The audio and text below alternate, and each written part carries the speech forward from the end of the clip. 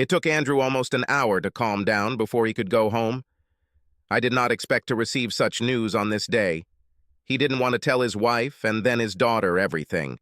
At 8 years old, she should already understand everything. He had no idea how everything would be. The house had been tense for weeks, and Andrew felt that his news would be like a joker in an already losing game. The house was eerily quiet for the late evening of the last day of the school year. His wife Anne was sitting in the living room with a glass of wine and several newspapers lying on the sofa next to her. "Hello? Why is it so quiet, honey? Where is Ollie?" "She's with her mother." "I'll pick her up later, after our conversation," she replied. Andrew was at a loss. She couldn't already know. "There's no easy way to say this, Andrew, so I'll just say this. I met another man and fell madly in love with him. Tonight I'm leaving with him on a month-long trip. We're taking Olivia with us. She was told that she would swim in the ocean, and she was ecstatic." "What?" "The divorce papers are ready. I will have sole custody of Olivia. I know this isn't easy to hear, but this month will allow you to have a cleaner breakup. The documents will be officially handed to you tomorrow, and when I return, we can discuss the details." She stood up and walked to the front door. "Wait. I want to see my daughter. Andrew, Michael, and I decided that it would be easier for Olivia if you didn't do this. So that she wouldn't look forward to it too much, she was told that you might be able to join us on the trip if you could take time off from work. Hopefully in a few days, she will stop thinking about it." "There is no way you will do this. I'm calling 911 right now and telling you that you're kidnapping our child." "Don't make a fool of yourself, Andrew. Michael is a powerful attorney and has an incredible network. All this has already been provided for. Just accept the new reality, dear.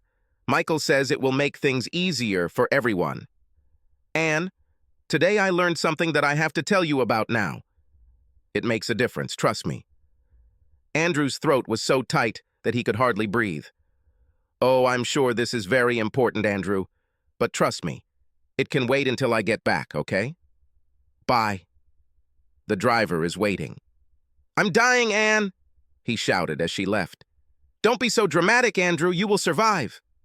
She got into an unfamiliar car that was waiting for her and disappeared 10 seconds later.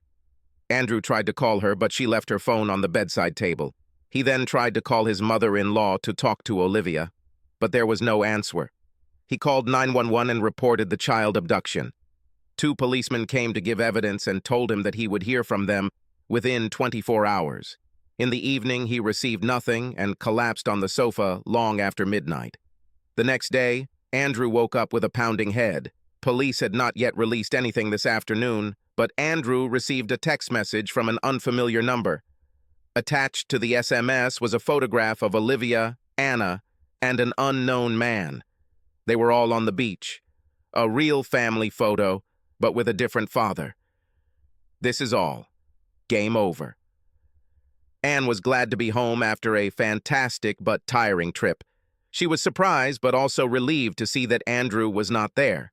The house looked as if no one had been in it for a long time.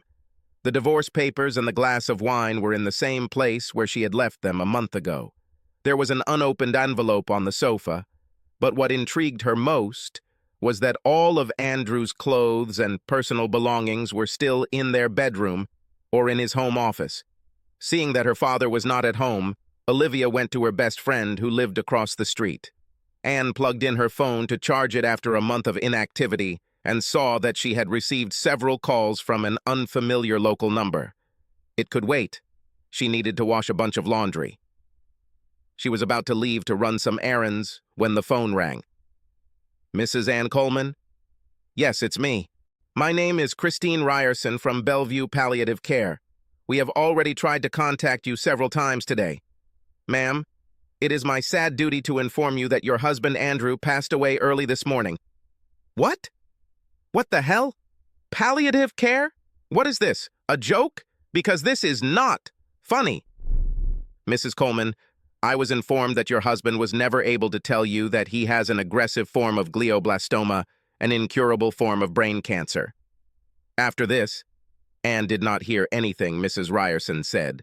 She sat on the sofa, completely stunned. A few minutes later, the doorbell rang. "Are you Mrs. Ann Coleman?" asked the young woman. "Yes," Ann answered hesitantly. "A letter for you, ma'am. For any questions, please contact Mr. Robert Horton, attorney. His business card is in an envelope. All the best."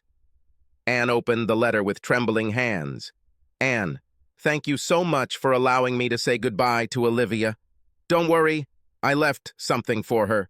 Over time, she will understand what you did and what kind of father you replaced me with. Andrew."